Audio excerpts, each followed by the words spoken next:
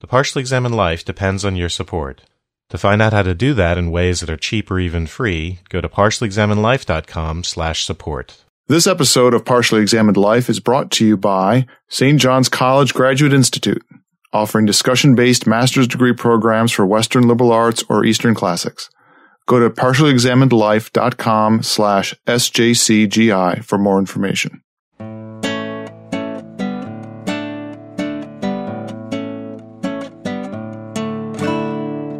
You're listening to The Partially Examined Life, a podcast by some guys who were at one point set on doing philosophy for a living, but then thought better of it. Our questions for episode 161 are something like, what is white privilege and what should we do about it? And we looked at material by Charles Mills, Peggy McIntosh, Lewis Gordon, Charles Yancey, Tim Weiss, John McWhorter, and Lawrence Blum. To get the readings and more information, please check out partiallyexaminedlife.com. My name is Mark Linsenmeyer, taking advantage of the low expectations brought about by my race in Madison, Wisconsin. This is Seth Paskin in Austin, Texas. This is Wes Alwyn in Cambridge, Massachusetts. This is Dylan Casey in Middleton, Wisconsin. This is Lawrence Ware fighting the power in Oklahoma City, Oklahoma. Law was brave enough to have a thing that he was doing. You guys, cowards. Cowards or lack of creativity? No, it's cowardice. It's just cowardice. I don't know which one is worse. I don't know if it's worse to have a lack of creativity or to be a coward. Maybe you're both. I have no idea. I feel like that the kind of analyses we've been reading here, somebody can make a case that they boil down to the same thing. Like you had the courage to be creative or, something like that. Or your lack of creativity shows that you're thinking according to the system, which in effect is a form of cowardice. These existential sort of analyses. I guess the question is, how do we benefit from our cowardice? Not at all, because today you'll be called out.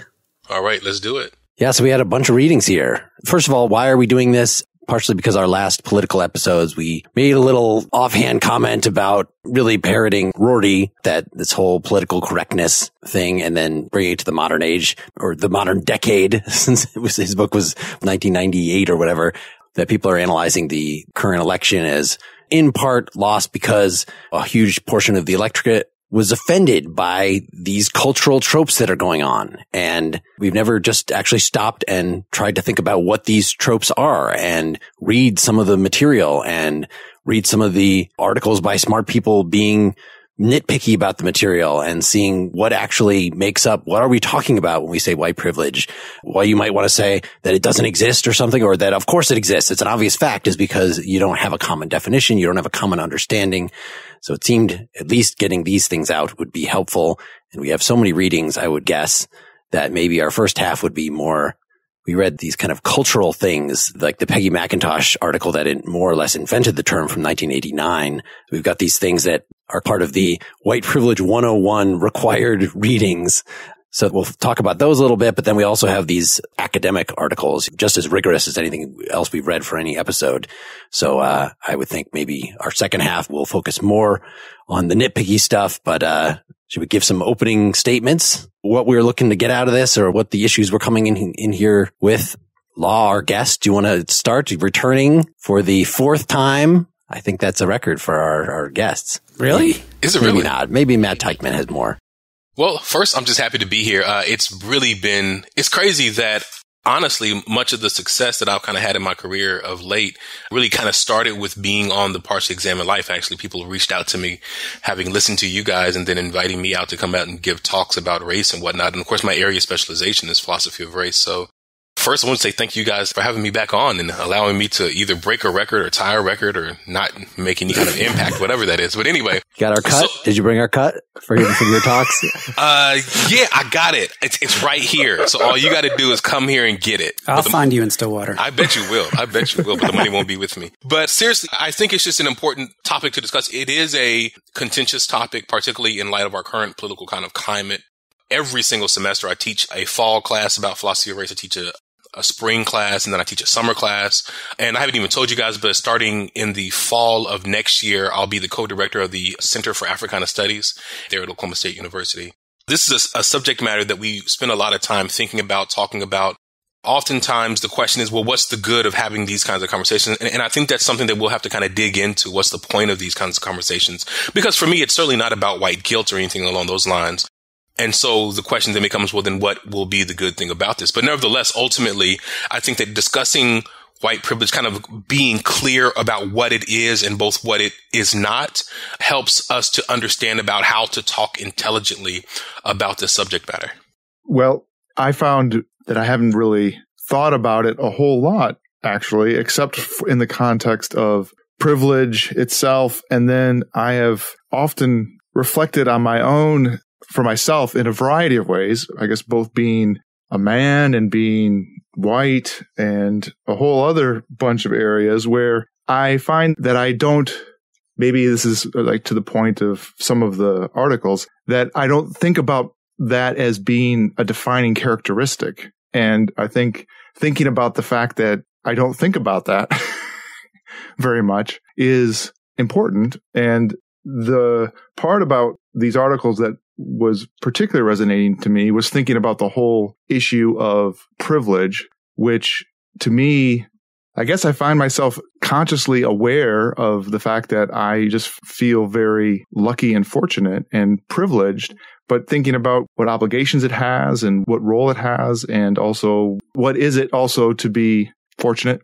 One of the things that struck me out of the readings that we did was the idea that we don't have a concept of whiteness, that the idea that the dominant paradigm is sort of as a default isn't a subject of reflection. So they talk about the way in which an individual Black person has to represent all of Black people, or African American has to represent all African Americans, whatever. Absolutely. You'll have to tell me. And we don't carry that burden, but it's not because we've said, oh, well, whites aren't subject to the same set of rules. It's just not even thought about. And so that sort of unexamined position of subjectivity is, I think, really interesting, because that is a criticism that we've tried to bring up about just even within the philosophical tradition, philosophers trying to generalize from their own individual experience and assuming that the subjective experience of other people is identical to their own. And this is just an extension of that, but a much more concrete version of it. So this is just yet another part of the philosophical picture of know thyself. So this kind of trying to interrogate these things that allegedly are exerting unconscious influence on you. I'm all for that. I also think that we need to be very critical, with anything that is, I don't want to say that white privilege rhetoric is a socially dominant form yet. It's certainly not, it's part of the academia. It's maybe dominant in the younger generation, but I have as a general rule of thumb that whenever anything gets mass produced like that, it gets dumbed down. There's probably something wrong with it. So having some sort of, even if there are completely valid facts that are being referred to and concepts that make sense and are a worthwhile part of a humanity's self-knowledge, that doesn't mean that every time somebody says, you're just saying that because of white privilege, that they're using that language correctly. From my point of view, we're talking about rhetoric here. How is this rhetoric being used? What is it being used for? Is it legitimate? All right, Wes. All right. So yeah, I have a fair amount of anxiety about this conversation. Oh, come on, man. I have such strong... Come on, man. Come on. I have such strong opinions about this. And that's good. My opinions diverge from most of my left-leaning friends. And, what I did since Friday and over the weekend, I've been writing and thinking about this, but it's one of these episodes where I ever prepared, spending every waking minute. And now I'm exhausted. Plus, sort of the alternation between anger and sympathy as I was reading some of these things added to that exhaustion. But I think less than wanting to come, with full guns blazing. What I did in trying to write about, I actually spent a lot of time on Peggy McIntosh's paper, even though it's sort of in a way, it's the least rigorous of the academic things we read. And it's a foundational piece, though. Yeah. Yeah. And in reading it and sort of trying to work through the logic of it and trying to make the strongest argument in favor of white privilege and trying to figure out, okay, what does this mean exactly and how can it be beneficial? And trying to distinguish it. And this is sort of probably a good entry point for the discussion, but it's distinct from, as McIntosh herself points out, and as some of the other writers point out, it's distinct from a traditional, becoming aware of one's white privilege is a distinct thing from being aware of racial injustice and, say, Black underprivilege and wanting to fight to change that. Those two things are different. And so the question is, what's the difference and what does this add? And actually, from a pragmatic standpoint, how does it help in accomplishing racial justice? Yeah, if I can just read the list of readings, which will be in the blog post corresponding to this episode at partiallyexaminedlife.com, so you don't have to remember this. But Wes just mentioned, we'll probably start with Peggy McIntosh's Unpacking the Invisible Backpack. It's from 1989. It's only 5 pages long. So I had put that in the category. I had kind of divided these into cultural versus academic. So the cultural, we've got that, which I guess was in an actual journal somewhere, but maybe it's just the formatting of my online version. It does not read like a regular academic paper. And she was not a philosopher. She was a English PhD and teacher. And then we also watched a documentary by Tim Weiss called White Like Me, which is something that Law had recommended that he uses in the class that he teaches. Charles Yancey, Dear White America. So that's a 2015 editorial. So another piece of, he's actually responding, like, I know what you're going to say in the comments section. Like, it's really speaking directly to the public, even though he is an academic and has written longer, more rigorous stuff. And then another article, a 2015 editorial from the Daily Beast by John McWhorter, The Privilege of Checking White Privilege. So he's another Black academic, but in his case, even though he is not in any sense conservative, he thinks that this rhetoric of white privilege is kind of counterproductive. So that's kind of a con, perhaps, within that stream. Then as far as the academic papers, we really just only read 3 of them. Charles W. Mills' White Ignorance from 2007, which is probably the beefiest of the 3. Lewis R. Gordon's Critical Reflections on 3 Popular Tropes in the Study of Whiteness. So that is, again, sort of critical, even though he's another Black academic. He's a Frantz Fanon scholar. He's obviously very interested in philosophy relating to race, but just doesn't think maybe that there are things that are underthought about this particular rhetoric. And the last one, Lawrence Blum, White Privilege, A Mild Critique from 2008, which, as the title would indicate, also is nitpicking some things about the language. And he acknowledges Lewis Gordon's article and points out there are some subtleties in Peggy McIntosh's article that are missed, so there's the actual 5-page article, and then the initial thing we were pointed at was actually just a 2-page list. Like, these are all the ways that I'm privileged, that you should put these on your wall and look at them and remind yourself that I can go shopping alone most of the time, pretty well assured that I will not be followed or harassed, and be grateful, kind of like daily affirmations. Here are these things to keep in mind, that not everybody shares these things that you take for granted. And I think just taking that little 2-page handout and thinking that that's the whole idea by itself misses some pretty necessary context. Well, I think we should take some of her examples. Here's what I tried to do. So it's a long list and it's not really organized in any particular way. And some of the things I wanted to look at the categories and figure out, okay, what are the general sort of things going on here? And I think what it seemed to jump out to me is some of it is material discrimination, the ways in which white people have material advantages, but maybe more subtle than you might think. Maybe not coming from outright active discrimination, but for instance, just having better social networks for finding employment, or freedom from being discriminated against and harassed, whether it's being followed around in a store or harassed by the police or things like that. And I think that's probably, that category is on people's radar more than some of the other categories. The other parts of the list focus on areas in which Black people might feel disrespected or slighted or stereotyped or ignored, left out, made socially uncomfortable. And whether it's in specific interactions with white people or in kind of the quality and quantity of representation within the dominant culture. So whether or not you can find representation in the media and the arts and educational materials and books, and whether you can find, a representative toy, things like that. So that's sort of the general summary of the list. What stood out to me is a lot of it has to do with what's subtle about this idea of white privilege is this focus on the concept of social recognition and the importance of that and the ways in which, even beyond discrimination, that lack of social recognition has real consequences. Isn't that central to the notion of what she means by privilege? That's why you have the term, in fact, even putting apart the white part of it, just the notion of privilege. She starts off with talking about having come at this from being involved with women's studies. And she says, I have often noticed men's unwillingness to grant that they are overprivileged. And this idea of privilege being unacknowledged things that you are able to do that not everyone else is able to do. You miss the kind of contingency you have as being a member of the dominant culture that gives you privilege. And I guess that's part of the thing that I would also like to unpack is the notion of privilege means with respect to some kind of baseline. And what the baseline in using white privilege and using the term in that way it means versus other kinds of things. I think that she means it's a baseline with respect to an average over all the members of the population, as opposed to the baseline for the average in the population. I mean, it has to mean something like that, that all these cases of white people having privilege, just by sheer numbers, if you take the average, right, they're not privileged with respect to them. They're privileged with respect to some kind of weighted normal. And I guess I'd like to understand what it means to have that, where the baseline is.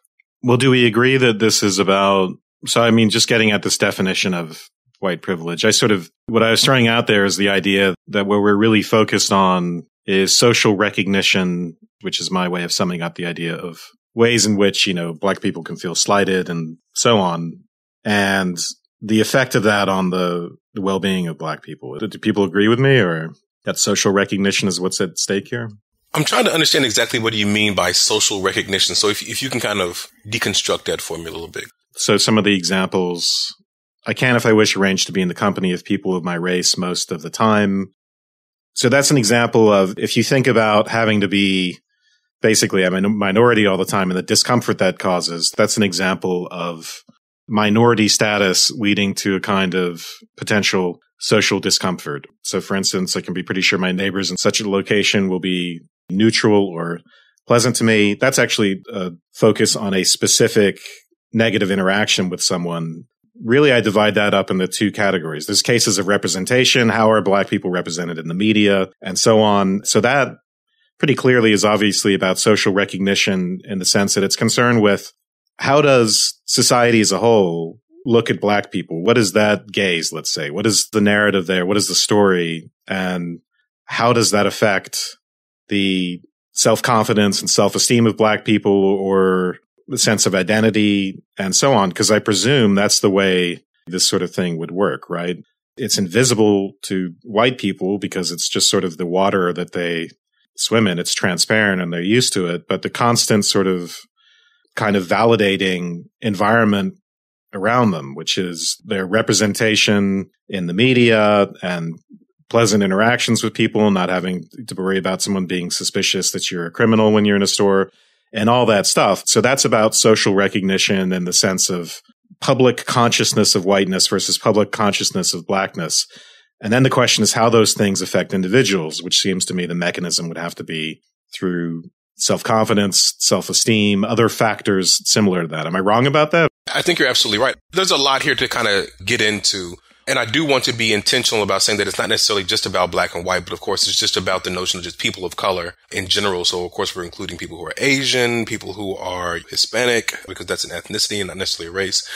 But the core of it has to do with feeling as though one belongs in a society and feeling as though one has a place. And that's part of it.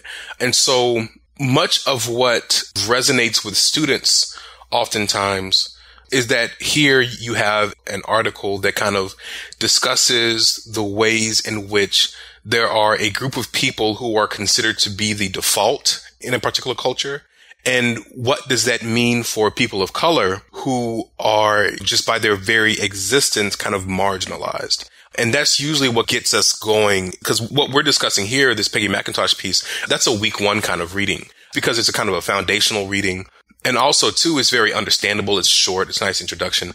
But beyond that, it kind of gets people thinking about things that they otherwise might not have thought about, because many people exist in a world wherein they don't have to really think about what it feels like to be marginalized. And so one of the things that oftentimes happens, particularly with my students here in Oklahoma, is that they come from a small town and they really have no experience of being a minority in a room, right? They're always the majority. They're never aware of that. Whereas if you're a person of color, you know what it feels like to be the only whatever you are in the room. Same thing goes with women oftentimes. Same thing goes with LGBTQ folks. And so what happens is that oftentimes when people are accustomed to being in the majority and they are now in the minority, many people do everything they can to get out of that kind of situation, right? Whereas if you were a person of color, so for example, I'm a black man in philosophy. I just came back from Seattle and we were talking about race at this aesthetics conference in Seattle, but the room was full of white folks. And so if I want to do the work that I want to do, I have no choice but to be in that kind of environment. Whereas if I had access to this privilege, I would be able to kind of circumnavigate my life in such a way if I wanted to make sure that I'm never in the minority. And so that's just a function of privilege. Now, what's the good of discussing that? That's a separate question, but that's kind of what's at stake, just laying it out there and being clear about just what is this privilege? How does it work? And then, the next step after that is, what's at stake? So yeah, it's interesting, Wes, that you point out that so many of these things are psychological. There's a couple, like, I can be sure that if I need legal or medical help, my race will not work against me. Like, that's not, I won't feel bad. That's like, I might actually die or get in jail because of racial issues. And those are the things that are more in the Tim Weiss documentary or the Charles Mills White Ignorance paper. Those are the things that are more emphasized. It's not fundamentally people feeling uncomfortable. It's justice. White supremacy. Yes, it's distributive justice. Yep. So the way I actually thought about this in terms of distributive justice, the question is, what is the good at stake? I honestly don't think it's largely material. At least if you look at the McIntosh paper, there are some cases in which this is about, like I said, material disadvantages, harassment and things like that. But most of the focus is on social recognition. So I take it to be a sort of psychological version of distributive justice, where the good in question that should be equally distributed is this social recognition. And if it's not that, it's hard to see how acknowledgement of white privilege can make any difference, because I think the acknowledgement of white privilege is meant to have, to some extent, an equalizing effect. And the other part of this is McIntosh makes clear that it's not enough for white people to have good intentions and to think I'm not a racist. And even one of the academic writers, it's in the mild critique. But basically, you could be a complete stereotypical social justice warrior about race and never have heard of white privilege. You could be working on policies to decrease the way disparate effects of health via the healthcare system, things like that. Those are the ways in which you try to equalize things, and usually more having to do with material disadvantages by bringing black people up to the level of whites. But I think as far as McIntosh is concerned, what she says about men, for instance, that's her big example, is that they may say they will work to improve women's status in society, the university, or the curriculum, but they can't or won't support the idea of lessening men's. So the novelty with white privilege, as far as I can tell from McIntosh's paper, is it's the idea that it's not just about increasing something for black people. It's about equalizing things by lessening it. Or, I'm sorry, I keep saying black, even though I know it's people of color. And privilege theory can be applied more generally, as she's doing it with men. But the idea is to, in the same way that she talks about lessening men's, it's the idea that you can actually achieve equality by lessening privilege. Now, in most cases, that's impossible, right? And she understands that. Is it lessening privilege or lessening power? Or are those the same thing? Because in like the fourth paragraph, right, she is referring to how hard it is to work to reveal male privilege and ask men to give up some of their power. So it seems that part of this does have to do with power, and it may be social, but it seems like in the end, it's got to tie back to something about justice. But it's not material, because no one's asking. Peggy McIntosh is not implying that she's going to quit her job as a professor. She's not implying that anyone should quit their job. She's not implying that white people should lessen their material status, as far as I can tell, in any way to accomplish equalization. So whatever lessening that's going on would have to be a psychological lessening of status. Before we continue our conversation, I want to talk about our sponsor, St. John's College Graduate Institute. The Graduate Institute is the master's degree granting arm of St. John's College in Santa Fe, New Mexico, and Annapolis, Maryland. It's a program that's dedicated to the thoughtful reading of and serious conversation about the greatest books ever written. The classes at the St. John's College Graduate Institute are much like PEL episodes. They are roundtable seminar discussions where the books are the teachers and the faculty members are tutors who come to learn as well. They don't simply dominate the conversation or ask leading questions. The students run the show. It's worth emphasizing, besides the fact that generous financial aid is available, two things about the Graduate Institute. You get to live in a great place while you're attending, and you have some flexibility about how quickly you complete the degree. There are actually two campuses. You can live in either Santa Fe, New Mexico, or Annapolis, Maryland. Both towns are great historic towns, and you can actually transfer freely between those campuses while you're getting the degree. Both campuses have a summer term, and students can get their master's degree either in 4 summers or they can continue their studies in the fall and spring. So it's convenient if you're a teacher or retiree. Completing a degree in 4 summers is a convenient way to go. But if time is a factor, the fastest way to complete a degree is just to begin in summer and continue on for 4 semesters, which will give you a degree in hand by August of the following year. While you're attending the Graduate Institute, you can stay on campus for the summer term in both Annapolis and Santa Fe. If you're in Santa Fe, you can live on campus year-round. If you are a PEL citizen, fan, or even casual listener with an interest in joining other like-minded individuals in a more formal, intimate setting to engage in the serious contemplation of the great works of literature, philosophy, history, theology, mathematics, and science, please check out the St. John's College Graduate Institute. For more information, visit partiallyexaminedlife.com/SJCGI. So I know you love books, but I bet you also don't always have time to read them. With Audible, you get audiobooks, and you can listen to those books that you've been meaning to while you're on the go, while you're traveling, while you're commuting.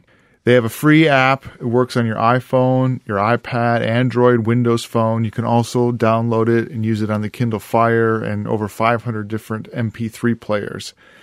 You always own your own books, and you can access them anytime and anywhere right from your smartphone. Audible also has a great listen guarantee. If you decided that you don't like the book you chose, no worries. You just exchange any book you aren't happy with for another title anytime, no questions asked. I like using Audible, and I just recently finished listening to A Doubter's Almanac, Ethan Keenan novel.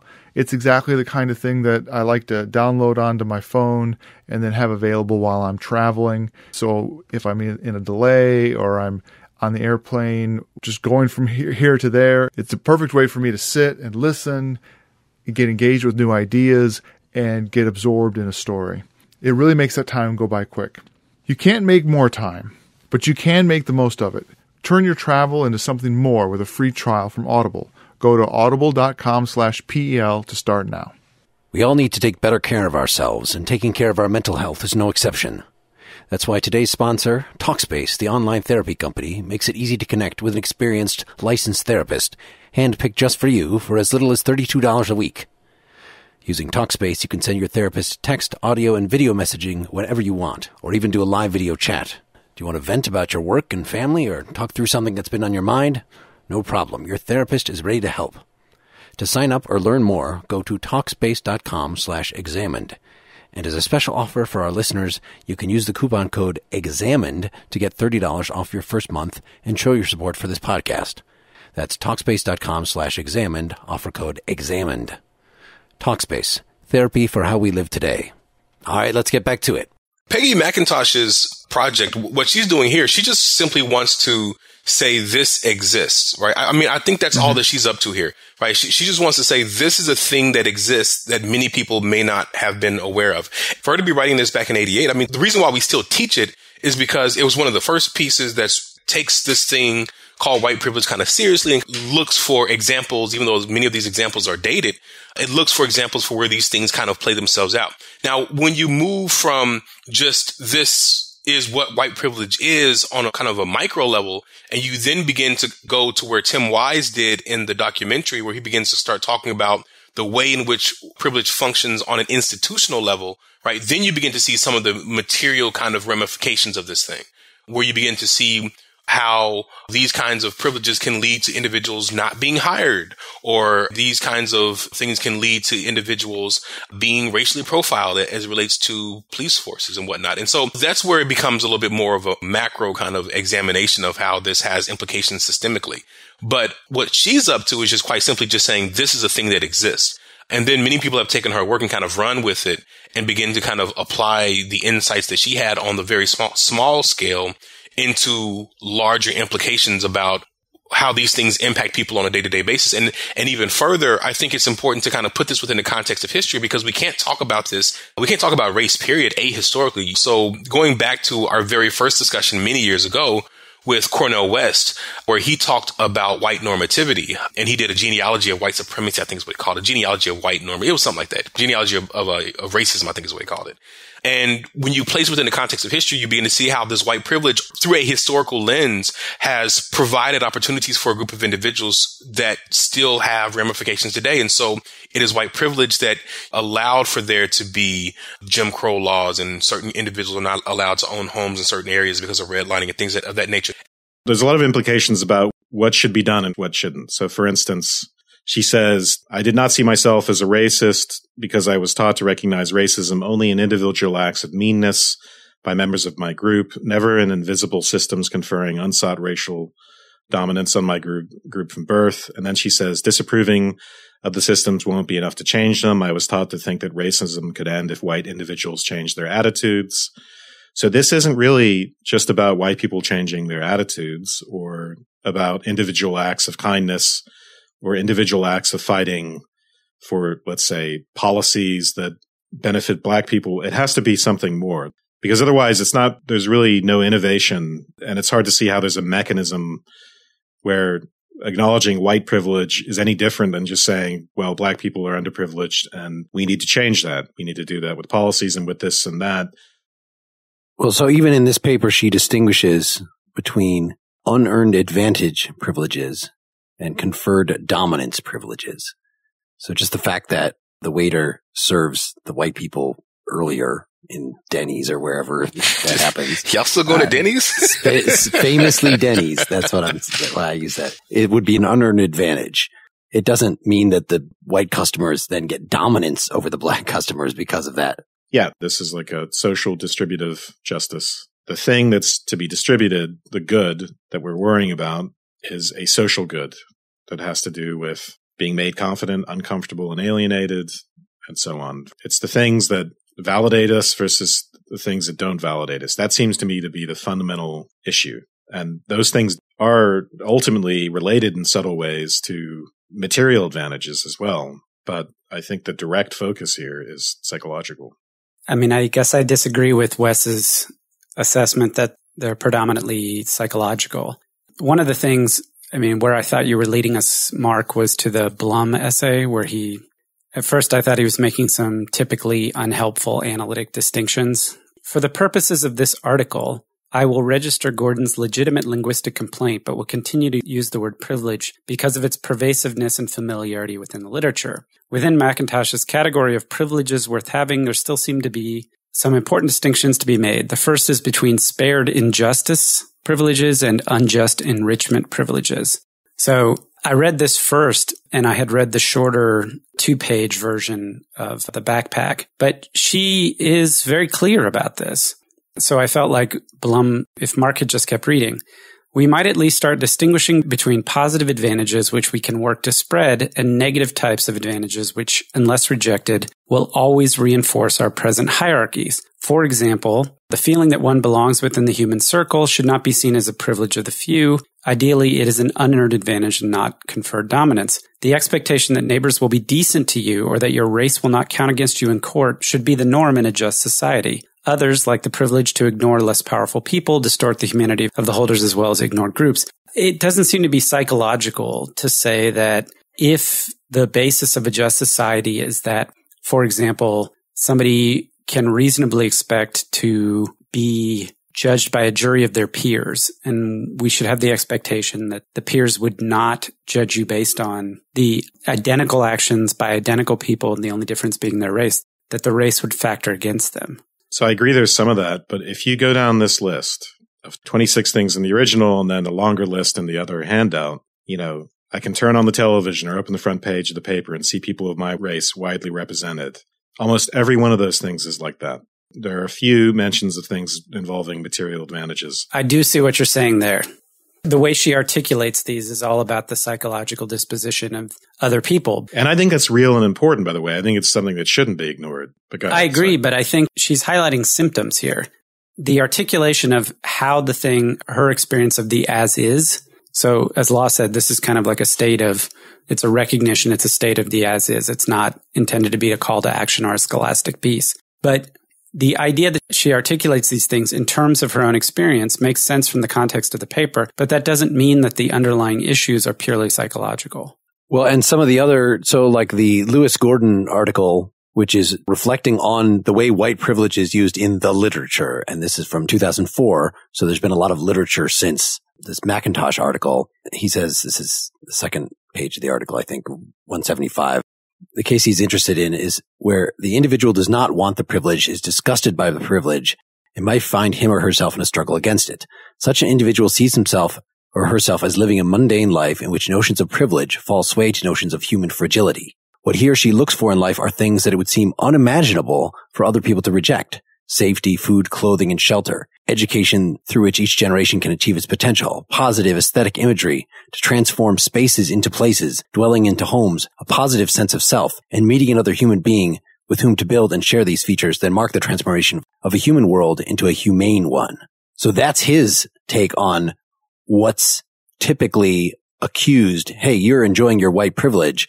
Well, what that means is that you, as a member of the privileged class, are not in a state of terror or being materially deprived, which then would lead to a state of terror, that you feel secure in these things. And those are exactly the kind of things that McIntosh was just saying at the end, that these should be rights. These should be the norm. These should not be calling it privilege, which this is Gordon's objection, makes it sound to him like, well, it's the privileged class, like the people that go to Harvard, the people that get in the exclusive country club. Well, like, some of the privileges we're talking about might be like that, but the most important ones, the ones that are really most worth fighting for, are these very fundamental ones, a couple of which, a positive sense of self, aesthetic imagery to transform spaces into places. Well, those are kind of psychological, but they're put in a way that it sounds like Wes would approve of. You're acknowledging, yes, they're psychological, but they're really important. It's not just, oh, I feel bad. It's things that funnily make up the meaning of life. And to say that you're just being privileged by taking those things for granted or something, it doesn't seem the best possible word. Let's say that. Talking about human rights might be more accurate. That's at least Gordon's thought. This gets back to the question of what's the baseline, and is the baseline something that everybody, if it's a privilege, then that would mean that the baseline would be, let's call it lower, and that's where everybody ought to be content with. But I think Gordon's point is that the things that we're referring to as privileges, it's like talking about a just society, and that it wouldn't make it more just by making it all equivalently unjust. That's this kind of theme. And so that you, by having to turn rights talk into privilege talk, is in some ways, I take him to be saying, is taking the power out of the claim that, in fact, it's a deep injustice. You've maybe served your purpose by saying it's a privilege by calling attention to the water that surrounds you, and so that you have a unacknowledged, unseen, you lack self-knowledge about the status you have within your society. But it quickly loses its power because it's not acknowledging and recognizing it as being a deprivation of right for the people who don't have that privilege. And if we're thinking of it in terms of rights, then it seems maybe unlike a lot of what the Backpack article actually says, to interpret it all as psychological in any form seems like, well, is that really the rights that we're talking about? It's fundamentally a psychological right, the right to equal recognition. Well, I'm not sure. I think it just depends what author we're referring to. Yeah. One thing that I would want to say about that, and maybe I'm even backtracking what I said, is that when we say, are we just talking about, well, everybody has the right to be recognized? It sounds a little bit like, well, gosh, really? Does everybody, is that really what the right is? But the fact is that rendering a person invisible is a incredibly disempowering thing, right? It turns them into not being a person by not acknowledging them. And it's commonly, not just in the case with race, but with all other kinds of things, the fundamental way of excluding. And so the lack of acknowledgement does have that turn of being genuinely an exercise of power that is a disenfranchisement, unjust, all kinds of other things, where it isn't acting necessarily always as a purposeful, aggressive act of beating down, but has a lot of the similar kinds of effects by simply refusing to acknowledge that you exist. Yeah, or worse. I mean, demonizing you but yeah, social recognition is in some sense constitutive, right? Psychically, it's something we all need. It's really important. Well, and politically that you're included as a citizen, yeah. Yeah, and the focus on it, I think, is actually important. It's something that should be highlighted. I think that's one of the good innovations of talk about white privilege. And this is why I was trying to emphasize the psychological aspect of this, not to diminish it, but because people are more likely to be aware. People are more likely to think about racial justice in terms of these more overt things about whether someone has actually been discriminated against or so on and so forth. But yes, the sense in which this factor of cultural representation is very real and very important and does lead to material disadvantages. So the material disenfranchisement doesn't have to be direct, in other words. Well, maybe we should bring in the Tim White documentary, which does seem to be about material disenfranchisement primarily. And he does not spell out, I don't think, the exact connections in the way that we're talking about between the psychological and the material. He just says his opponents here are the folks that say, oh, hey, Obama's president now, or, the civil rights laws passed, so therefore there's no more racism. And then he just instead gives you a bunch of figures. Well, hey, look, the median wealth of white families is 20 times greater than that of black families. 70% of students of color attend majority black schools, which are 10 more times to have high levels of poverty. College-educated blacks are nearly twice as likely to be unemployed. So you might think that people are being more civil to each other, except for, those bastard obvious racists that you see at rallies holding up Obama is a monkey signs or crap like that. But just the fact that we have these great disparities means that something is not connecting, that racism is not as gone as we think. One of the things that kind of struck me about that is typically whenever people talk about racism or they talk about white privilege, they oftentimes talk about it only within the context of interpersonal interactions, right? And so as long as I'm a good person, then that's all that ultimately matters.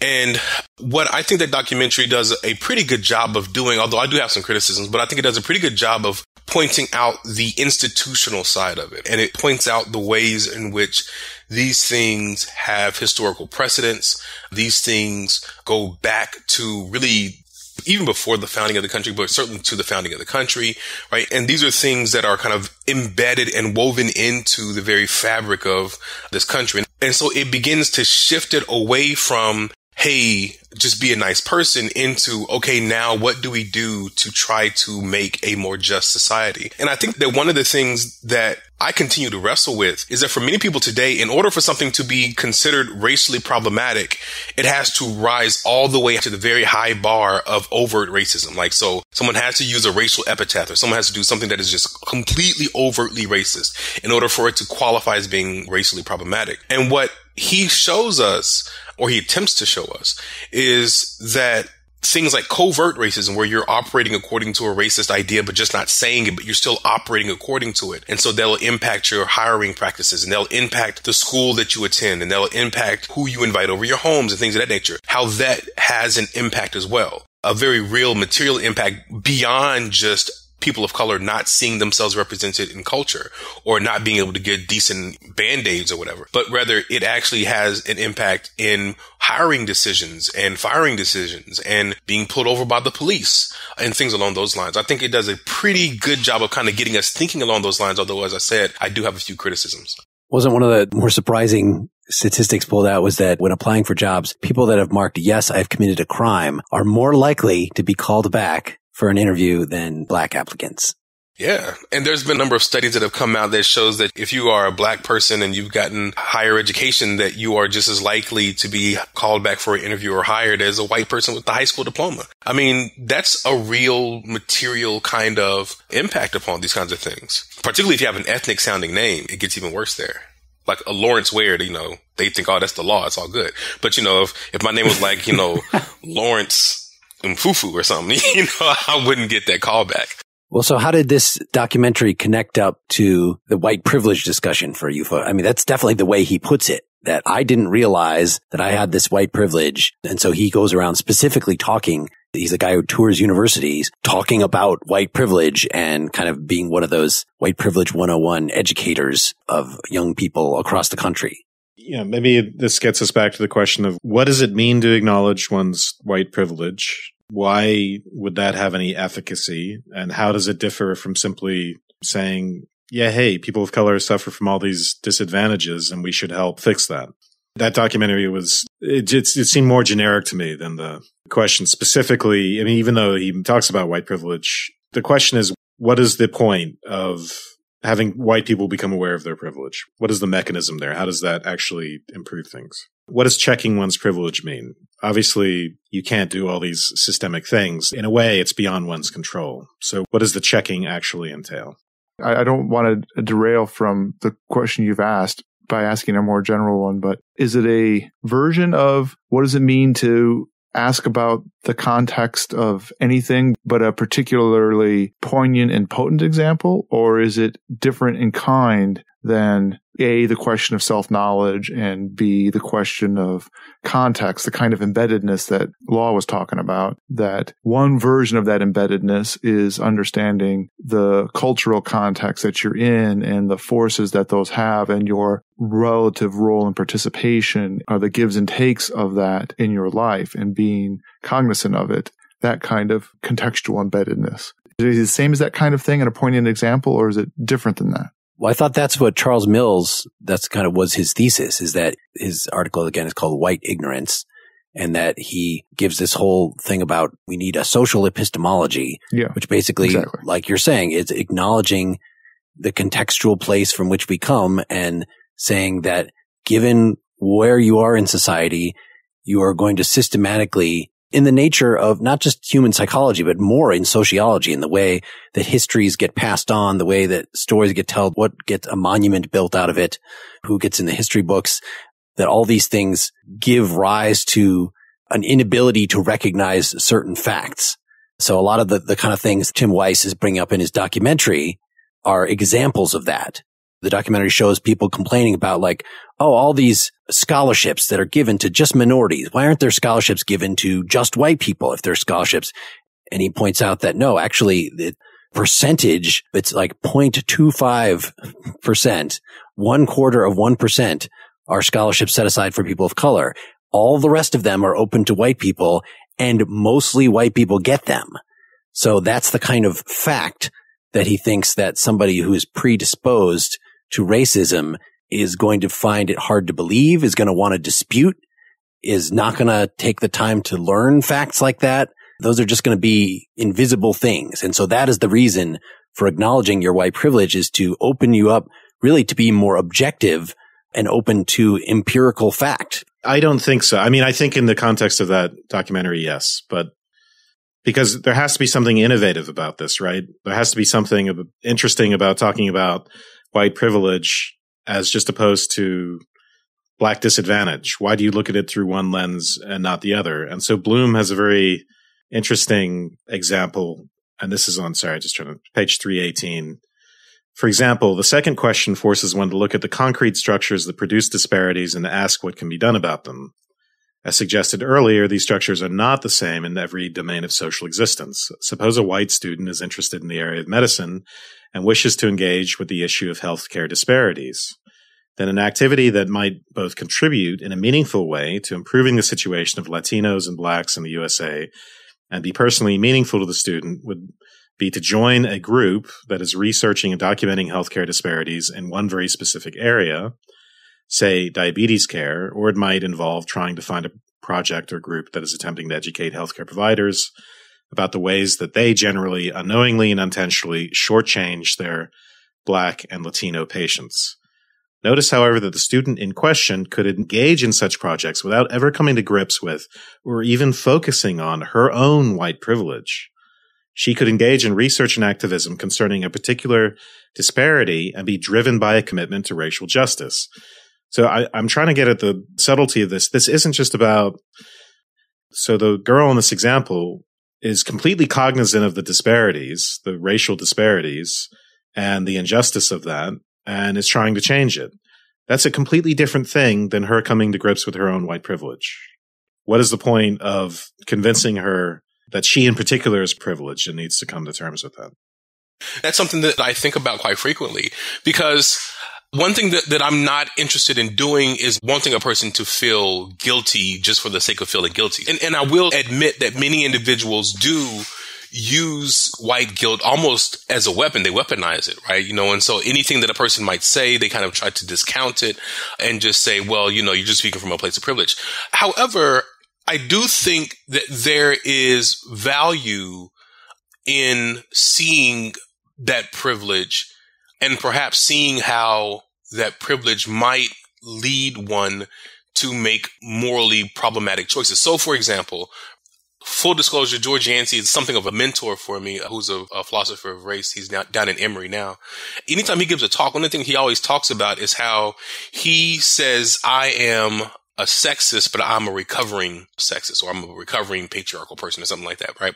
And so what that does for him is it allows him to say, this is something that I am aware that I have, right? I'm aware that this is a problematic view that I have, and this is a privilege that I have access to. And so I am engaged in being self-reflective about it and working to try to right whatever wrongs may either give rise to it or may come out of it.